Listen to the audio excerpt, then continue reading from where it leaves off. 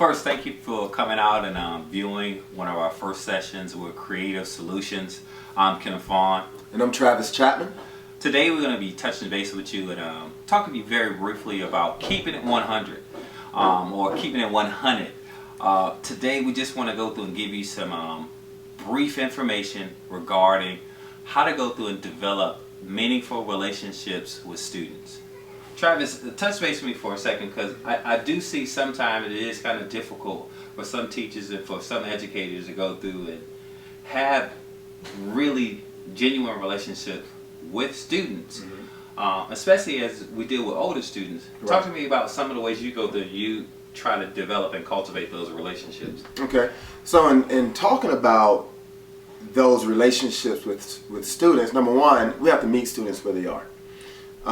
And if we look at point number one, in meeting students where they are, that first point would be having meaningful conversations with students.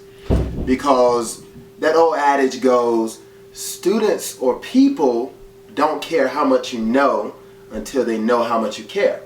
And so you got to have meaningful conversations with our students because they want to know that you care about their well-being. They want to know that you care about where they come from, their background, where they've been. And so it's critical to start developing certain conversations with students so that you can get to know them, so that you're able to meet them where they are.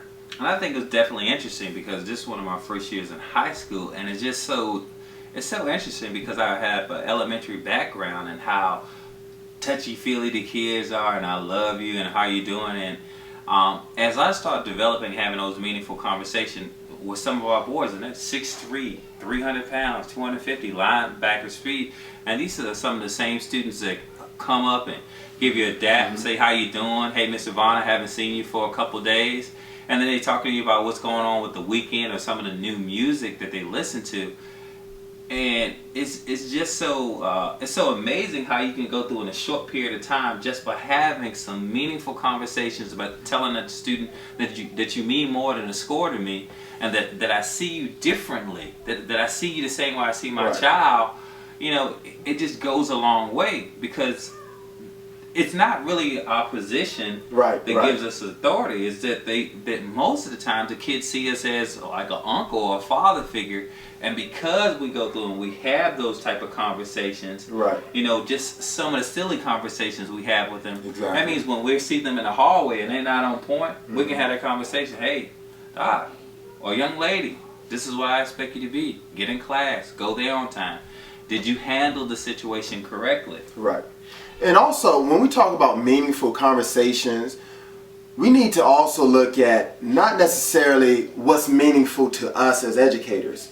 We need to look at what's meaningful to the student, because what's meaningful for them and what's meaningful for us may be two different things. So a meaningful conversation to a student may be, you know, I noticed that you got a new pair of shoes on today. They look really nice. So I noticed that you changed your haircut or your hairstyle. When they realize that you notice them, you see them as an individual for who they are, then they begin to, and I don't want to get into one of our other points for today, but they begin to trust you. It becomes a safe environment for them because they see that you care about their well-being. You notice them for who they are. And I know we don't want to get into the other point, but I think it does segue into it. I think one of the most important things that as an educator, you have to kind of get to understand who the students are. You have to have those meaningful conversations, because you need to understand where they are at this particular moment, because they could tell you, hey, I've struggled in math, or so-and-so, you know, I had a rough time in school, I'm 17, I'm 18, I'm in the 10th grade, but I want to graduate on time, and I'm trying to go through and move forward. And you'll find out sometimes they're having a conversation, hey, I've always been struggling with math, so you know that your conversation or the resources that you need to put in place should be around math. Right. Or you need to be able to say, hey, you know, we all messed up a couple different times. Here's what I need to see you doing moving forward academically, you know, to get stuff straight. But also being able to say to that student, if they're in a lunchroom and or they're off task, hey, you know, and I know that you said that you want to be successful. Does that match what you said you wanted to be. Right, right. So what I'm hearing you say is we need to figure out, and having these meaningful conversations with our students, who are you and who do you want to become? All right? And allow that to drive our conversations with those students and to give them direction on where they want to go. Because we have conversation about ACTs, because one of the big things is ACTs and SATs. So one of the things is, as the students are telling me, hey, I need to get ready for the ACT, then my question is, have you studied? What's going on with your study schedule? Are you set up for Saturdays? Do you have the book? Do you have the resources? So that all the time we're talking about the same thing. Tell me what's going on. Have you looked at the requirements for college? Because if you say you're going to college, what college have you looked at? What's the basic score you need to get in? So, they need somebody to help keep them honest. Because there's a difference between wanting to go to college and preparing to go to college. Right. There's a difference between, and some of our students, they want to be student athletes, but they made a couple of mistakes in school, so they're trying to go through and get their grades up so they can be eligible, and then you have to have that conversation. You need to be in class on time. Are you participating? Are you staying back for study sessions? So that's why it's so important to have those meaningful conversations in that relationship, because they need to know that that you're pushing and I'm pulling you to move to the best places you can be. And yeah, we're gonna fall down, but you still need to go through and make sure you keep pace. But you can't have it unless you have that genuine relationship with a student. Right. And what I'm finding out is the more conversations that I have with students, and being in education for 17 years. This day and age, our students really don't know what they want to do beyond high school, and that's a problem.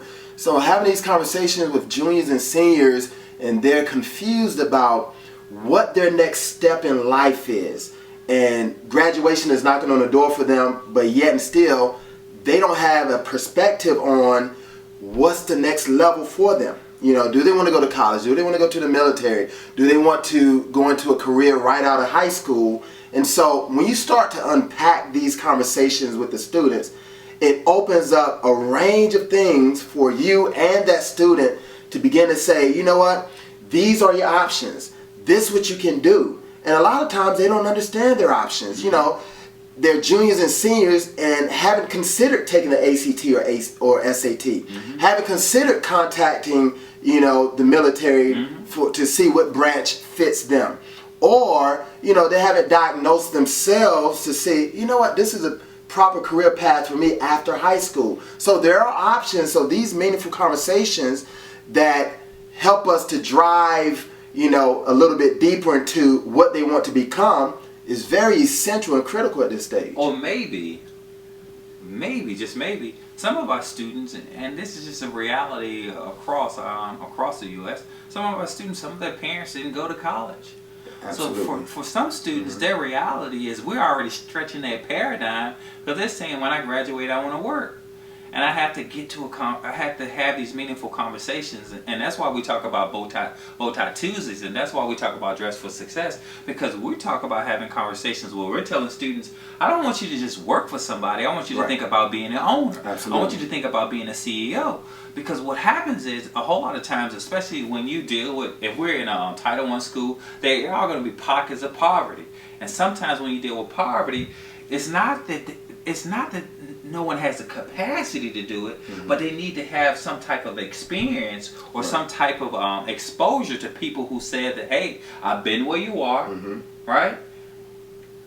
Coming from whatever destination, or not having money or struggling, is not, is not finite.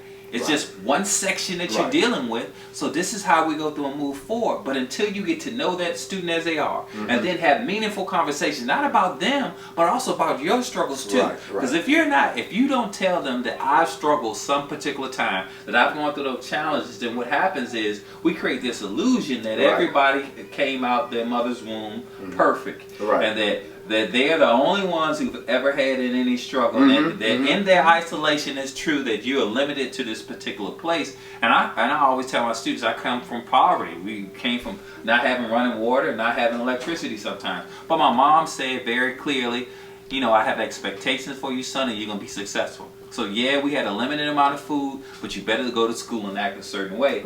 And because of that, You know, I've always said to kids, even when they're struggling, if you're hungry, we'll get you something to eat. Right. If you need clothes, and especially with school, hey, we'll get you the jacket. We'll get you what you need. But do not use it as an excuse for why you don't want to go through and move and operate like you want to be successful. Right. Right. Here's the thing that I think, though. One of the things that I think that sometimes we take for granted because of a relationship is students also want to know that you're going to create a safe place. Right. So how do we go through and talk about that very briefly, about how do we create a safe place for students? Well, if you go back and you look at the first 2 points, number one, those meaningful conversations, meeting students where they are. When you show a student that you care about them and their well-being, their background, where they came from, their home life, and how they're achieving academically, number one, so having those meaningful conversations, and then you're able to ask those questions. Who are you at this particular moment? Where do you want to go? Okay? And who do you want to become? All right? When you establish that type of relationship with your students, then you're able to sort of become inviting to them. All right? You're creating that safe environment where they feel comfortable and trusting of you to have certain conversations with you about, you know what, I'm having this particular problem, this is my issue, this is my concern. Their concern could be, I don't know, like we said before, I don't know what I want to do in the next 2 years.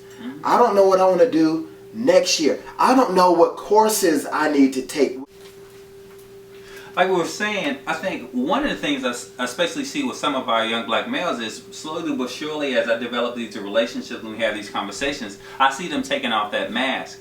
And I want to always go through and make sure I preface it right, though. There is a place where you have to go through, and when you're living in a neighborhood where sometimes it's rough, I cannot go through and tell you that you do not need to hit somebody if they hit you. Right. Because the reality of it is they have to do what they need to do to survive, to not be bullied, to go through and make sure that as they walk through their neighborhood, they're safe.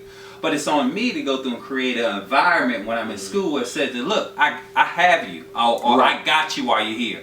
I'm going to do everything in my power to support you. If something goes wrong, and I tell kids all the time, when you see Mr. Vaughn fall, then you worry. Until I fall, or there's a short man, tall man, whatever the case may be, I'm going to defend and protect your right to be educated. The same way I do for my daughter, and the same way I do for my son. But it's having those conversations, because our kids need to understand that, look, I love you, I got you. My expectations are to hear. Right. I'm not playing with you. Right. I'm going to tell you when you're right. I'm going to support you when you're right. But I'm also going to go through and correct you when you're wrong. Right. But when you come here, I want you to understand that you have to be able to switch. There's a home mode. Right. And there's a school mode, right. Kind of like what they say, code switching. Because when we get to this particular place, you got to drop some of those things that you use to survive out there, and understand there's a whole different set of masks that you have to put on to survive, to be successful in school. Right. And I don't want to say that your neighborhood, that neighborhood behavior is not good. I'm just saying that it's not appropriate for here. Right, right. Absolutely. Because if you tell a child that behavior is bad, then what you're saying is that social setting is bad. And remember that social settings or how we live, the truth is relative. Right. So depending on your particular situation, that truth may be something that you need to do to survive. Right. However, if you live in a whole different other side, we live different truths. But the reality of it is that as an educator, as a person who cares for kids, I need to understand who my kids are. You know, have those meaningful conversations, but also understand how can I set this situation up so they can be successful. Right.